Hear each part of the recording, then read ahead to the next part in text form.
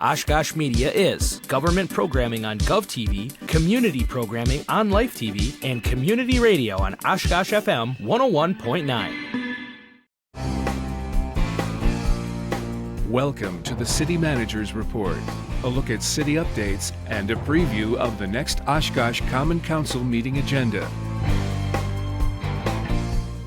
Thanks for joining us for another edition of the City Manager's Report. I'm Andy Radig, and in a moment we'll be joined by City Manager Mark Roloff. As usual, in the first half of today's show, we'll have some municipal news updates, including items from city departments and things happening in Oshkosh. In the second half, we'll highlight items that in the upcoming Tuesday, September 27th, Oshkosh Common Council meeting agenda. And with that, we bring in our City Manager, Mark Roloff. Mark, thanks for being here today. Great to be here, Andy. All right. Well, we have a lot of information. We all know that there's a lot of road construction happening around Oshkosh right now, and we wanted to highlight Algoma Boulevard just since that's kind of one of the main arterials going through downtown. It is, and we're hitting a lot of critical mass because so much work is getting done there. So everybody at the Wisconsin Avenue Algoma intersection has seen a lot of the traffic signals are down, and so it makes for a three-way stop, and it's a bit of a challenge, especially during rush hour. So we hope everybody will be understanding while we install the new traffic signals. But that's going real well. But we just have to get it done so we can try to get back to a little bit of normal over there. Right.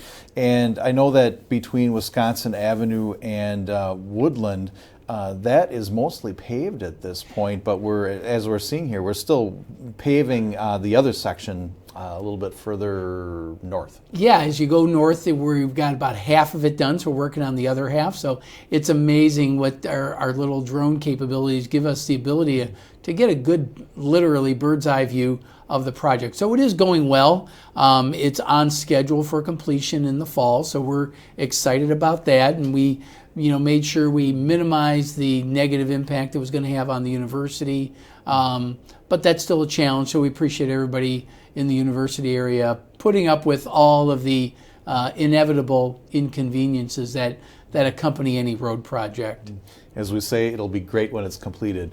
Oh, and you can see, already that even the partial completion, you see just how much better it's going to look over there, because it was a pretty rocky road prior to construction. Mm-hmm. It was very bumpy, exactly. Well, we wanted to note also that the Algoma Boulevard and New York Avenue intersection will be closed, and that's starting Thursday, September 22nd. It will reopen on Monday, September 26th. Right. Part of the reason it was done that way is because we know that Friday, September 23rd, that Reed School is going to be closed, so we're waiting to start closing the intersection after the school traffic is done on Thursday, and we're using some special quick curing concrete so that by Monday morning we should be able to open everything up and things get back to normal hectic that you have over around the school in a construction zone. But we know that intersection is super important to Reed Elementary, so that's why we've chosen to close it for the weekend, and hopefully everybody can make their way around this again, bit of inconvenience, but again, the final product's going to look pretty good. Oh, sure. And that intersection will reopen no later than 7 a.m. on that Monday, the 26th. So. Right. We've got to just do it that way to make sure, but please be patient over the weekend. Okay, very good. Another project is the Parks Department Administration Operations Building, and there's some demolition going on over there. First phase of this project is demolition of the old building. It's taken some time because there was some asbestos that we had to remove before you start doing the demolition. So, but portions of the building, as you can see from this video, in fact, it's got even more progress since this video was shot. We're getting close to the one part of the building on the backside getting demolished all the way out to Idaho Street. So we're making real good progress on it, or I should say the contractor is. But the entire building, we expect to be completely demolished over the next 2 weeks. Then we free up the space. Then we start with real construction. So, but first things first, you got to knock down the old stuff. And it's pretty darn old, 70 years old easily. Right. And we had a question come in from social media looking at this site, and the question was why the new Parks building hadn't been consolidated into the Public Works building that's located across the street from there. And any insights? Oh yeah, I've been here long enough to have been around when the question was first asked, because that was really brought into question when we started constructing the Public Works building over 10 years ago now. Even before I got here in 2008, a space needs analysis had been done at the time the Public Works operations facility was being looked at. And it revealed that the land that the city had at that time still wasn't sufficient to meet the immediate needs of the footprint of the central garage as it was at that time. So that was a big part of it. We actually had to acquire more land than we owned out there to be able to fit just our operations office as it was, and to account for their projected growth. If you were to take a bird's eye view of that site, you'd see that there seems to be quite a bit in the middle, but that's where traffic goes back and forth, in and out. We do have things sometimes set outside, but that's where our fueling facility is located. There has to be room for a lot of movement, but all of the buildings that you see on the footprint are totally occupied. So we knew that we were just going to have enough space. We knew that, and the reason we point out water distribution facility there, that's part of Public Works. That footprint just south of Witzel wasn't big enough for us to even relocate water distribution, which is in the Public Works Department, let alone the Parks building. And even at that time, the Parks Department building operations were kind of scattered throughout the city. Over the last 12 years, our Parks Director, Ray Maurer, has brought a lot of things in there to make it more efficient. And I can tell you that at the Public Works Operations Facility, I was looking at this with Public Works a couple years after we reopened that facility. We probably get an extra 25 minutes of work from every employee every single day. Had we squished a few more operations in there, we wouldn't have been as efficient, because we would have been crowded and having a difficulty moving around, just like we did with the old facility. The idea was we wanted to be more efficient, and we want the Parks Department to have that efficiency as well. So that's kind of the way we did it. And then I think that the one thing that kind of gets lost in that is there was only so much money we had for facility construction costs way back when. And to try to bite off more than you can chew with too many projects at one time, we knew that we couldn't afford to build the Parks facility at the same time as the Public Works facility. And it's taken 12 years for us to be in a position where we believe that we can get that done. And as you know, we've talked about this before, there are other facility needs in the city. The Parks is just one of many, but we know that we need to get the Parks building done. I can assure you that there is sufficient work for both the Parks Department and the Public Works Department, that they need their space. We've taken a look over the years of, do you consolidate operations? But Public Works is more of a big equipment, heavy duty type of operation, where Parks is more smaller scale. They do the mowing, and they have very specialty crafts, carpenters, things like that. So the work product that each of them do are different. With that said, our Parks vehicles go over to the central garage to get maintained.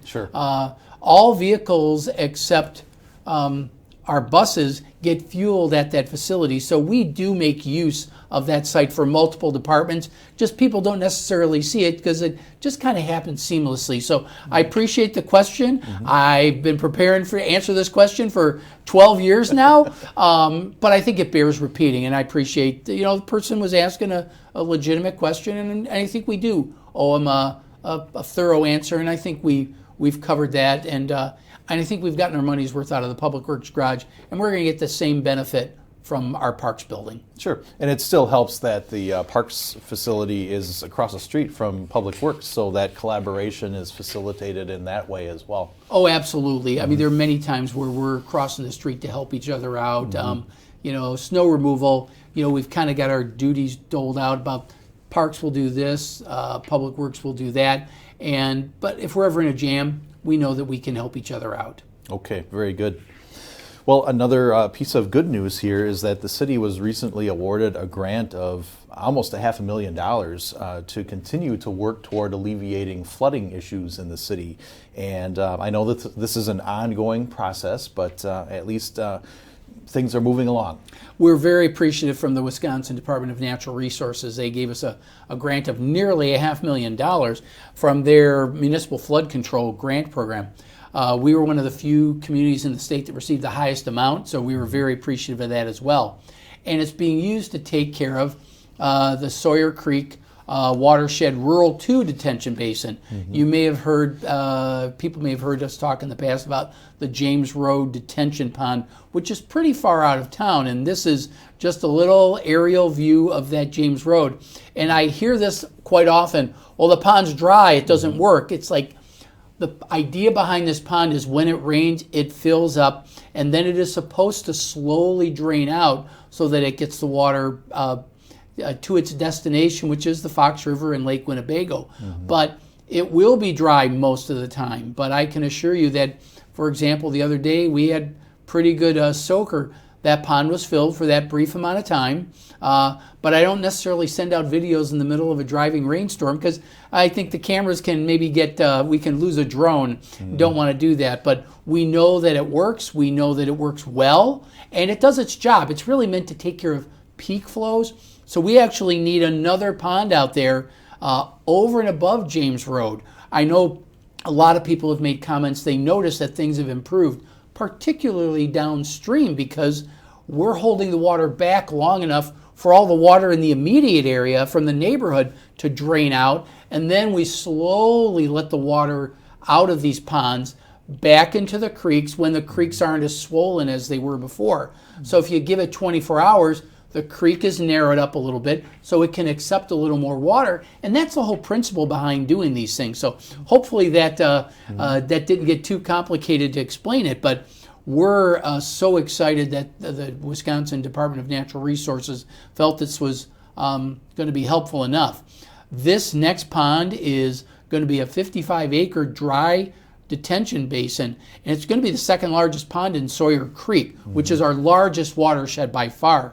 But it's going to store about 114 million gallons of stormwater. So it's a lot of water, but it's for a short amount of time. But that's when we need it the most. So hopefully people will come to appreciate the value that we're getting out of this. This is going to be a $9 million project. So we're appreciative of the $500,000, but it's about 6% of the whole cost. But every little bit helps. That certainly helps the ratepayers, because $9 million is a huge investment, and we want them to know that we're constantly looking for ways to pay for these projects. Sure, and we're constantly looking at ways to chip away at these flooding problems that have occurred. Yeah, and so you're going to see this project going on in 2023, and but it will reap significant benefits for us, and that's what the idea behind these ponds is to provide benefit for to prevent downstream flooding. Okay, all right, good information.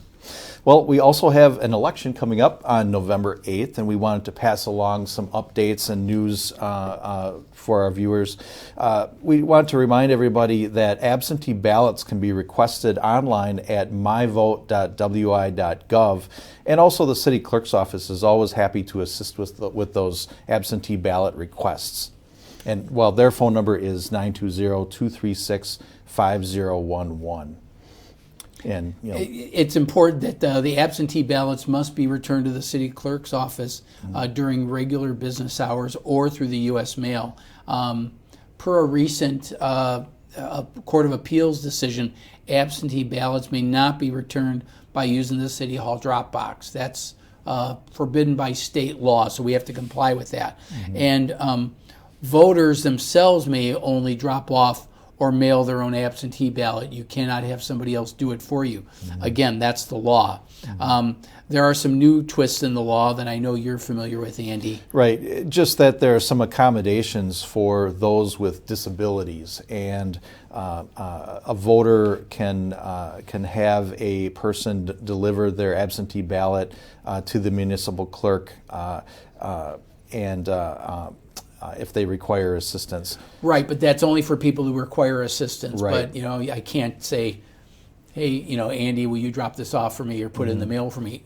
We're not allowed to do that unless you're my representative because I'm disabled. So just be aware of those little quirky things, but we have to comply with the law, and that's what we do. And our city clerk's office is very compliant with that, and we just want to let people know because we want your vote to count, and we don't want your vote to get canceled out because of a technicality. But if there's a technicality violation, we have to reject it. And in-person absentee voting will be available on weekdays beginning Tuesday, October 25th, and that will run through Friday, November 4th during regular business hours at City Hall. No appointment is necessary, and we just want to remind folks to bring a photo ID when they come for that in-person absentee voting. And if there are any questions about any of this, including those new regulations regarding those with disabilities and being able to return their ballot, they can certainly contact the city clerk's office at 236-5011, or they can check the elections page at the city's website for additional details. Okay, Mark, over at the Oshkosh Public Museum, they have a new exhibit that is coming up very soon, and it sounds like a very interesting look at some things that happened during World War II. It is. It's called Manufacturing Victory, the Arsenal of Democracy. The Oshkosh Public Museum is so pleased to be hosting this exhibit from the National World War II Museum. That's in New Orleans. I visited it. I think it's wonderful, and it is they have such great items from that museum that they're now sharing with public museums throughout the country. So the exhibit we're having is going to be running from October 1st all the way through the end of 2022. We're excited about that. You're going to be able to explore the home front and the surge of productivity that brought the United States out of the Depression, and how we did it and how we helped win the war. It really tells a national story. But there are also many Oshkosh connections that the exhibit will explore, and we're excited about that. It's going to include a local history section from the museum's collections to share about Oshkosh's contributions to the war effort. Right, and there were many Oshkosh companies that manufacture war goods, including uniform pieces, weapons, and vehicles that were used by the Army, Navy, and Marines. So definitely a local connection here with this exhibit, but it should be very comprehensive and very interesting. So. But we have so much to bring in. We're actually going to be closed on Tuesday, September 27th at the museum to assist in getting the exhibit into the museum. There's so much stuff they need to close for. They're closed on Mondays normally, so they're going to need Monday and Tuesday just to get everything in. So it's quite an effort and quite an exhibition. So come October 1st, head on over to the museum. Okay, very good. Also over at the Oshkosh Public Library, they have opened a call for submissions for their annual photo contest. So local photographers are invited to submit entries that capture moments of genuine joy, and those submissions will be accepted September 12th through October 15th. And I understand that selection of photos will be printed in an exhibit following the Downtown Oshkosh Holiday Parade on Thursday, December 1st from 7 to 9 p.m., so we're excited about that. Right. And those photos can be amateur or professional. And the contest details are available on the library's website, as you're seeing there. So get more information there and submit some work for the photo contest. Okay, over at the Oshkosh Parks Department, they have some upcoming events as well. Something new this year, the Brews in the Zoo will take place on October 14th. I think there was so much excitement from Brews by the Bay, they decided to take it into the zoo. So those will be Friday evening, October 14th from 5 to 9 p.m. Pretty much just like Brews by the Bay. Craft beer, food trucks, live music, costumes. Obviously, you got to be 21 to purchase or drink alcohol, but it's free admission, so we encourage people to come to that. And then, of course, the following day, now we gear on the kids. It's going to be Zuluing Boo coming back full steam October 15th from 11 a.m. to 3 p.m. And it's just trick or treat stations, costume contests, family entertainment, games. The tickets are available online. You do have to get those. There is a slight cost to them, but it's a great value and a great event, fun for the whole family. And speaking of Halloween, we just want to remind folks about our trick-or-treat hours in the city of Oshkosh. And if Halloween falls on a weekday, the hours are 5 to 7 p.m. And it's Monday, October 31st, so 5 to 7. We'll see all the kids out in their costumes and everything. And so happy to let people put that on their radar. I think most kids aren't going to forget to do this. Right. I have a feeling they'll remember. Okay. Well, I think it's time that we take a short break and stay with us for some upcoming highlights from the next council meeting agenda. We'll be right back.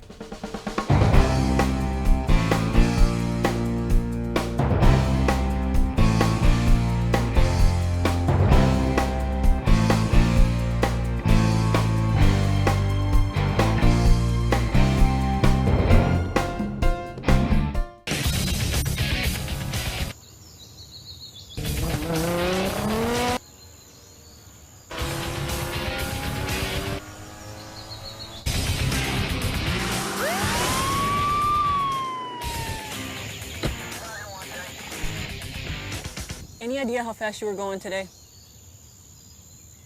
You speed, you lose. Slow it down in Wisconsin, or we'll do it for you. Zero in Wisconsin, a vision we can all live with.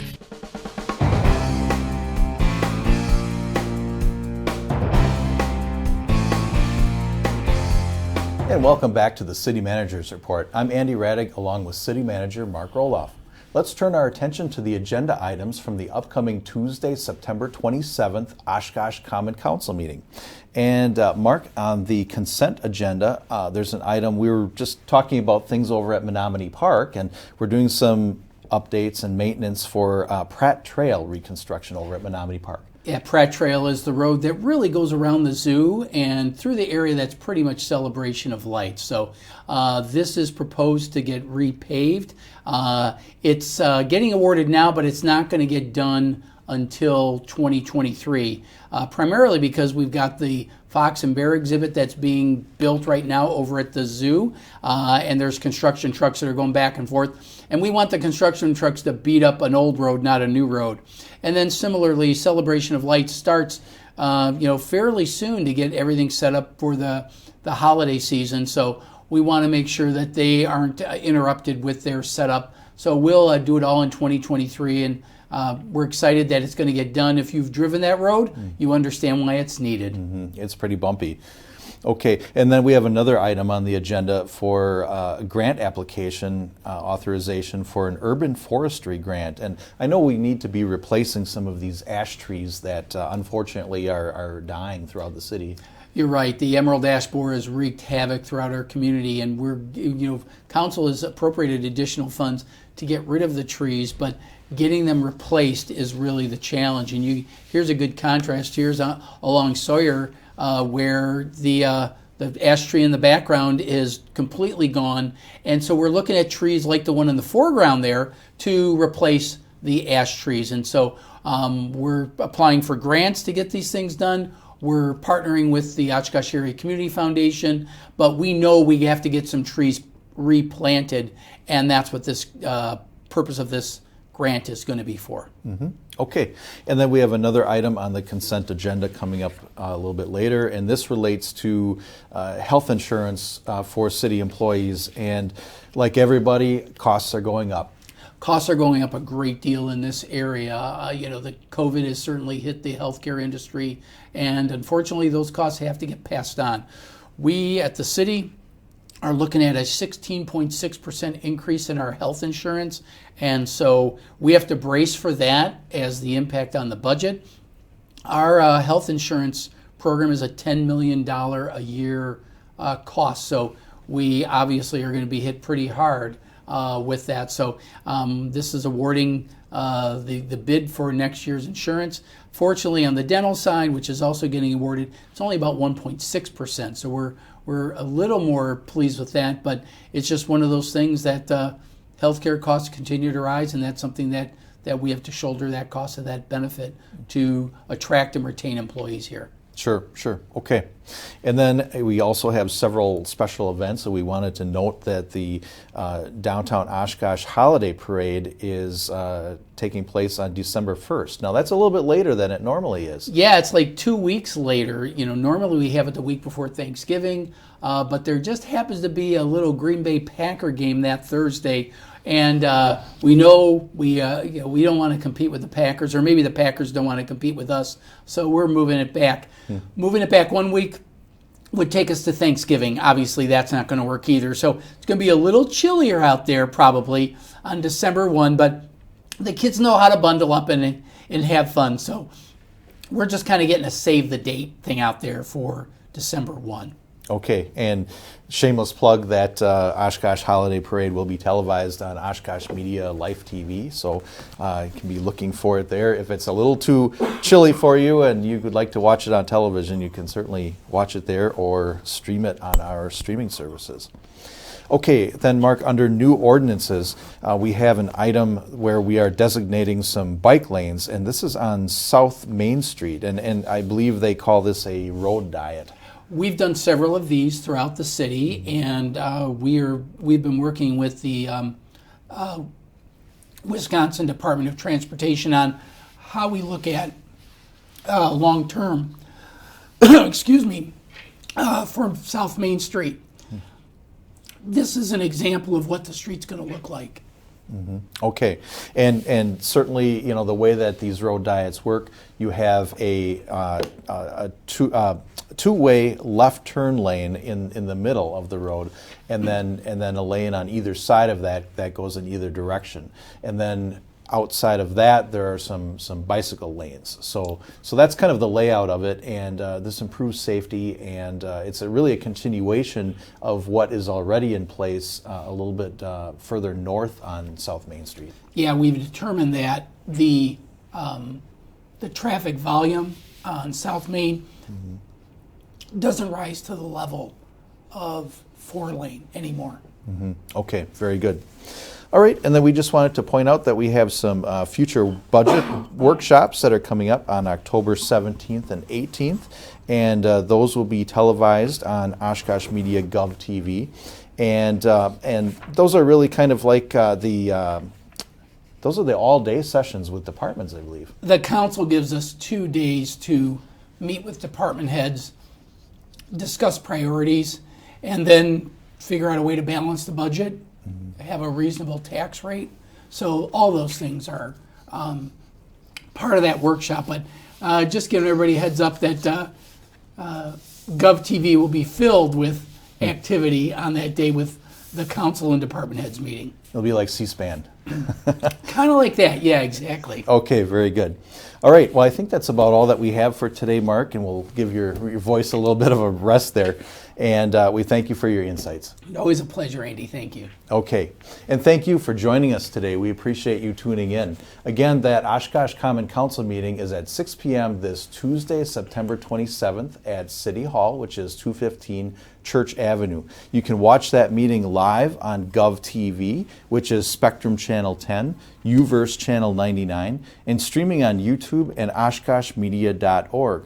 Or you can listen to it on the radio, which is Oshkosh FM 101.9, which is also online and on the TuneIn Radio app for phones and tablets. You can use your favorite streaming device, including Roku, Amazon Fire TV, and Apple TV. Just search for the Oshkosh Media app on those devices. And you can always visit our YouTube channel for government meeting archives and the full library of Oshkosh Media programming. So please join us again in 2 weeks for another City Manager's Report, and thanks for checking in with us.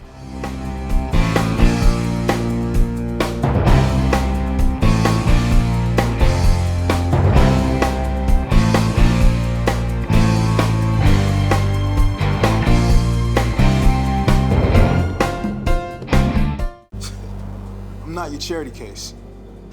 I am not your excuse to buy a new dress for the annual fundraiser. I am not the poster child for your big donation. I am out of debt and in my own home. I am off opioids. I'm graduating on time and on my way to a great job. I am. I am. We are. We are. We are. What it means to live united.